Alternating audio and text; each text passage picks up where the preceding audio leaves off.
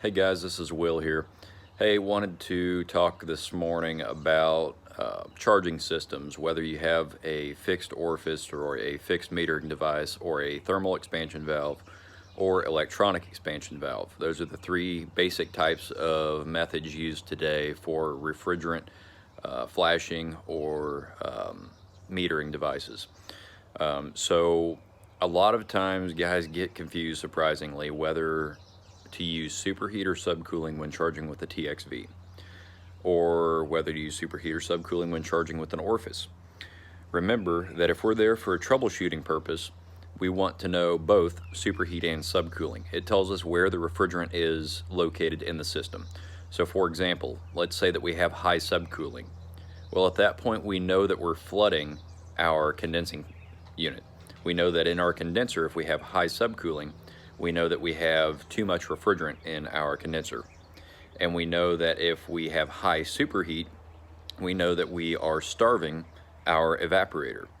So in a troubleshooting method, we know that if we have high subcooling and high superheat, we know we have a restriction somewhere in the liquid line, most likely, or the metering device, between the condenser coil and the evaporator coil.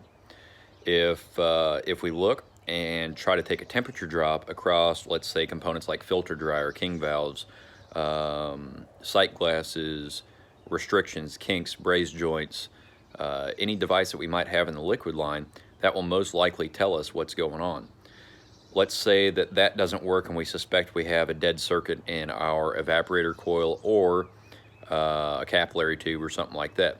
A good method to check that is going to be de-energize your blower motor. Be careful about this, but de-energize your blower motor and do a freeze down on that evaporator coil. So allow no airflow to pass over the evaporator coil. Keep the outdoor unit running. That will allow the coil to freeze. If the evaporator coil freezes uniformly, you probably do not have a dead circuit. You probably do not have a restriction in the cap tubes. Most likely at that point it is some sort of metering device restriction, but go through your liquid line, all your devices, check for a differential or a delta T between one side of a device and another side of the device. So let's say you have a filter dryer here, right here, filter dryer. You've checked this side, and let's say you've got 95 degrees over here. And let's say you get over here and you've got 87 degrees. Because we can't take temperature across that filter dryer, or we can't take pressure across that filter dryer, temperature is the best thing we can do. So if we take temperature across there and we know we have a temperature difference, we know that we have a pressure difference.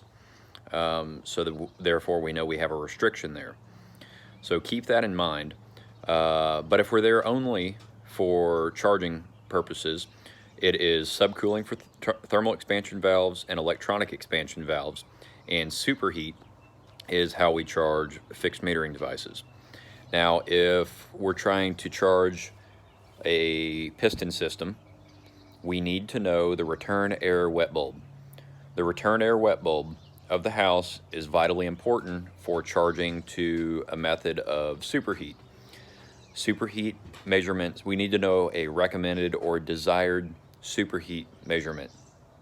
So we don't have a rule of thumb on superheat of that's a good one to use. We don't use a rule of thumb. We've got to be dependent upon what the enthalpy of the home is, or what the sensible and latent heat load is on the house. So we have to take the return air wet bulb, which is as simple as taking a regular thermometer, putting a shoestring or some sort of wet sock on a thermometer, put it in distilled water, and then pull it out and let it stabilize. We usually have to get this measurement down to the decimal.